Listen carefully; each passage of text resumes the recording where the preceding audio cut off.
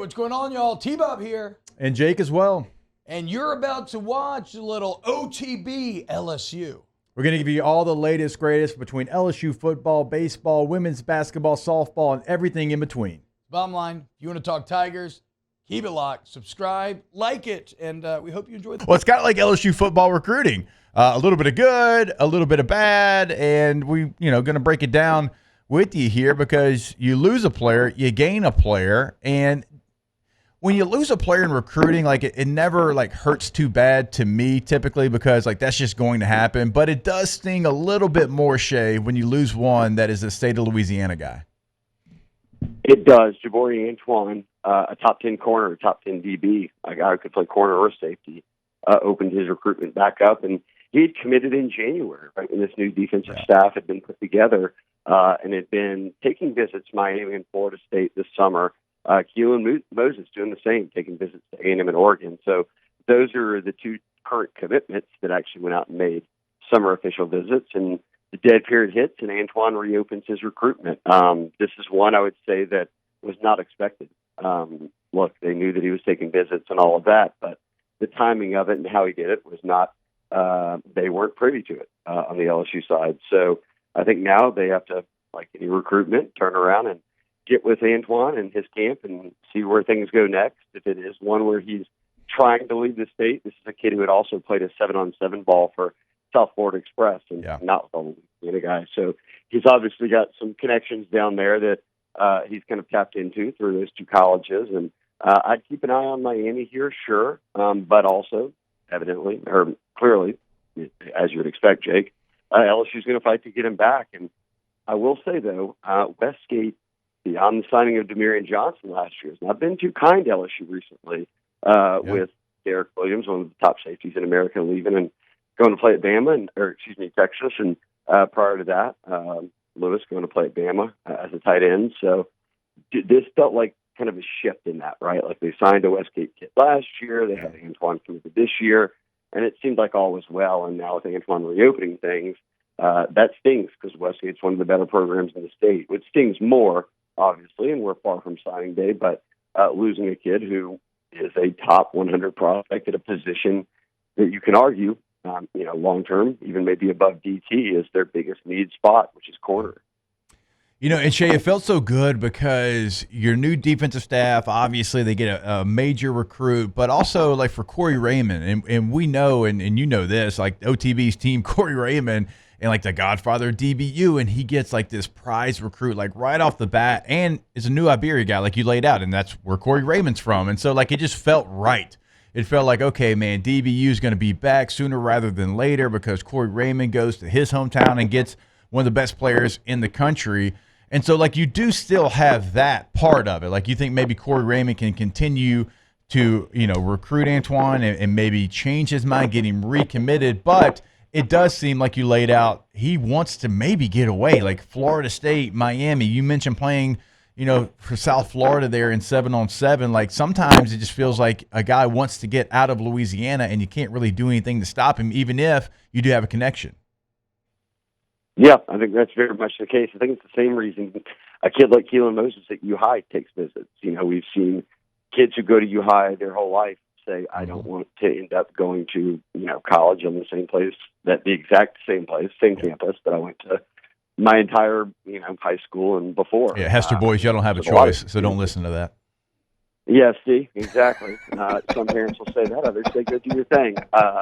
Look, I think Keelan probably ends up in this class, but I can understand why guys take visits. But yes, this is a situation, I think, where a guy who grows up in Louisiana, that is a pitch that these other schools use is, hey, get away from it all for the first time. And some kids are interested. Others say, look, you've got a 5-star number 1 running back in Harlan Berry who said, I don't want to go anywhere. This is exactly where I want to be. And that's why I committed early, and that's not why I'm taking a single visit. I'm not taking any visits anywhere. And that's the flip side of this, right, is that, sure, yes, you had a guy reopen his recruitment and say that. At the same time, 2 days earlier, you had the number 1 player in the country, Bryce Underwood, on campus with Harlan Berry, another 5-star, with a ton of other guys who are either committed or will be committed at some point to LSU and are top prospects nationally. And Underwood saying, hey, I'm not making any other visits because I made my decision. Everybody else can do what they want to do. I know where I'm going to college. And that's what you want to hear from not just your quarterback, but when your quarterback is by far the best player in the country, it kind of rings a little bit even better to the ears. So they're in a good spot. It's not doom is gloom. LSU has the number 2 class in the country. And again, before even Antoine yesterday, 13 total commits, 7 of them being top 100 prospects, is pretty elite. They've got the highest blue chip rate in the nation right now. So they've got this recruiting thing figured out. And we are 6 months from signing day. So all will be well.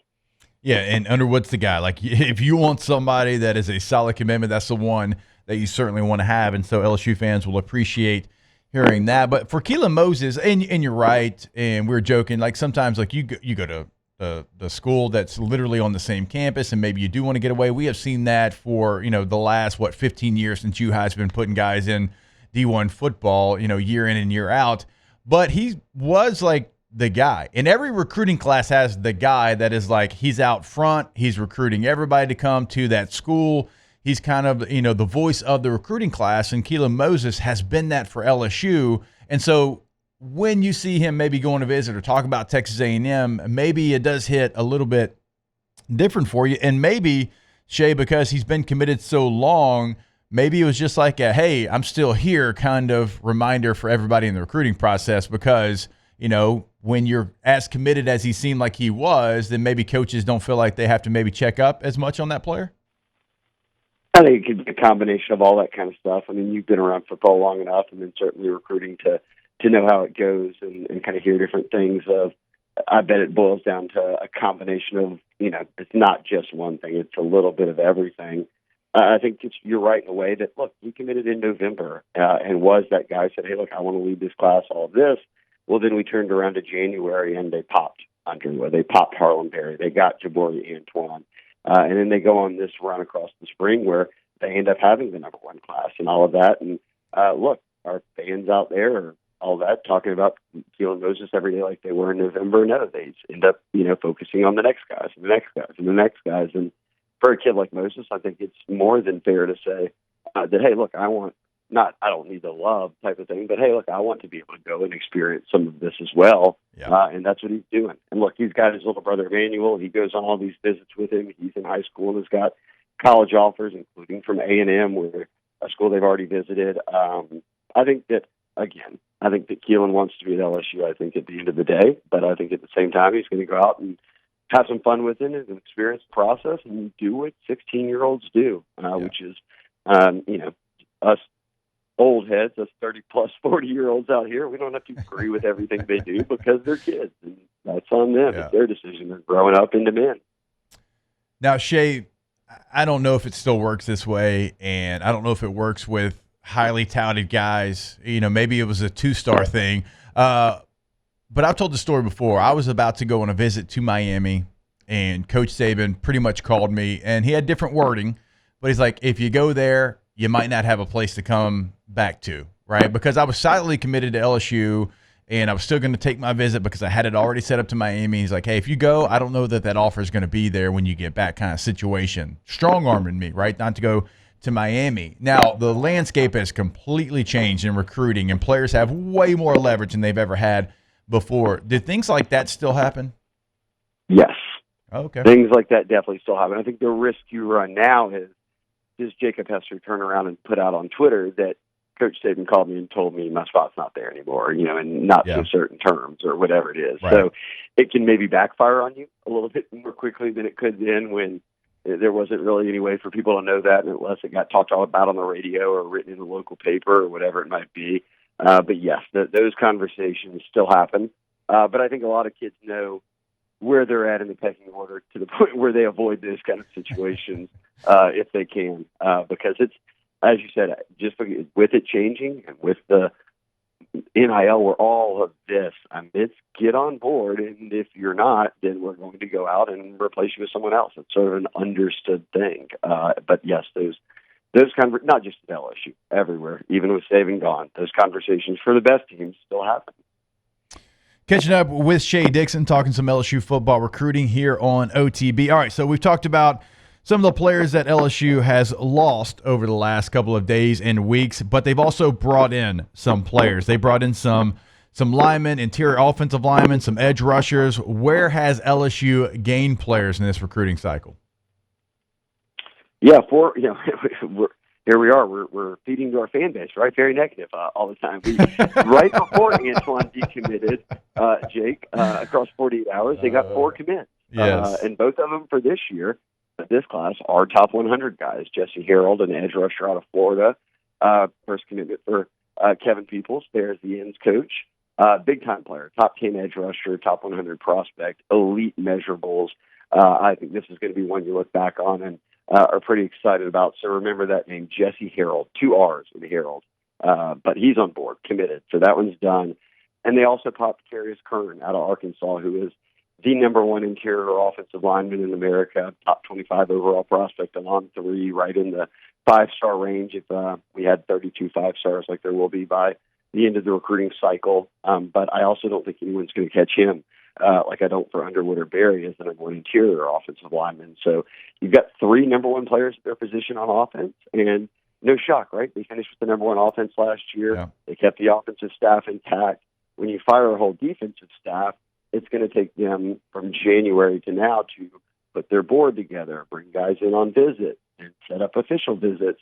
Now is the first day of the dead period, which is where guys are starting to say, okay, I'm ready to announce my decision. So we saw Jesse Harold pop. That's kind of the first huge piece on defense beyond Antoine back in January for this new staff. And then they didn't have any 26 commits, but they get it rolling after Friday Night Lights this weekend when Underwood and all them were here. Ja'Kai Anderson, I thought, looked like probably one of the best receivers out there. He came twice this summer. He's had an offer coming out of 35. He committed. And then Richard Anderson coming out of Carr, a school that we can say Westgate kids have left the state, but kids who haven't left the state, Carr. Frank Wilson, that group just keep getting, every year it seems, those guys on board. But Richard Anderson, one of the top 10 defensive linemen in the country, is on board, and that's a need position. So you get your first 2 commits for next year, both Louisiana guys, and at the same time in that 48-hour span, pop 2 top 100 players who, like I said, one number 1 player at his position and another top 10 edge rusher at for Kevin Peoples and his first commitment. So all is well. They still got the number 2 or 3 class, 2, I believe, in the country. So they're rolling, and we'll see what these next couple weeks bring because the dominoes are about to start dropping. All right, Shea, before we let you go, what are some of those dominoes, maybe some players that you feel like are maybe on the verge of making their decision and kind of finalizing it? Because we're seeing more and more that a lot of high school athletes now, they kind of want to get it over with. They want to have that done before they start their senior year so they can enjoy their senior year, maybe not go through the every single day of talking to college coaches. And so what's maybe on the radar here in the next couple of weeks and maybe month? Yeah, so you're exactly right. A lot of these guys still want to do the whole, hey, look, I'm done before my senior year, which all of July, I should say, June until right now, until the end of July, last week, a month from now, is a dead period. So that means no more visits, any of that. Coaches can't come see you. And finally, the dust settles a bit. You can kind of sit around with your family or your coaches and make your decision. So, look, in the next week, I'll give you a couple defensive guys here, the next couple weeks. One, C.J. Jim Coyley, a safety coming out of Nashville, 4-star, will make his announcement. I think LSU's going to get him. Another defensive lineman, Zion Williams, a big-time 4-star defensive lineman, ended up, it's kind of been an LSU-Texas battle. Bo Davis is recruiting him at both schools. Now, being at LSU, he's recruited him to LSU. But he was supposed to be at Texas this past weekend for his official visit, and he canceled it on him. Didn't even go. So he'll announce his decision here pretty soon. That one should go in LSU's favor. And there's others across these next couple of weeks that are going to make their college decisions where LSU is considered the leader. So I would think, Jacob, by mid-July, if not, by the end of July, they've probably currently 12 commits. I wouldn't be surprised if they were up to 16, 17, 18, and then kind of be right around that 20 number going into the season, if not more. This is just kind of when the big wave always happens. And we saw it a year ago with kind of the effect of the Bayou Splash. So, yes, it will be a very busy next month, just like this one was. But this one was all about getting kids in on OVs and having summer camps. The next month's all about locking them in before their senior season and getting some commitments. Wow, Jake, what incredible takes. I mean, those guys, they're just the best. I think so. And if you think so, again, hit the like button, subscribe. Ring the bell so you get notifications when we post every single day here on OTB LSU.